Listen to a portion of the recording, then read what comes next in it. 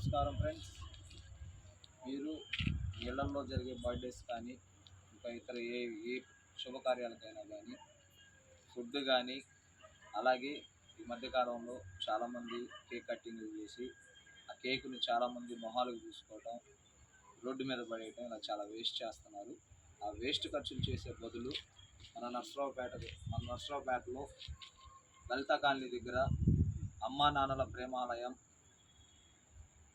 వృద్ధ ఆశ్రమం, అలాగే వికలాంగుల ఆశ్రమంలో డాక్టర్ ధనుంజయ్ గారి ఆధ్వర్యంలో చాలా చక్కటి కార్యక్రమాలు జరుగుతున్నాయి.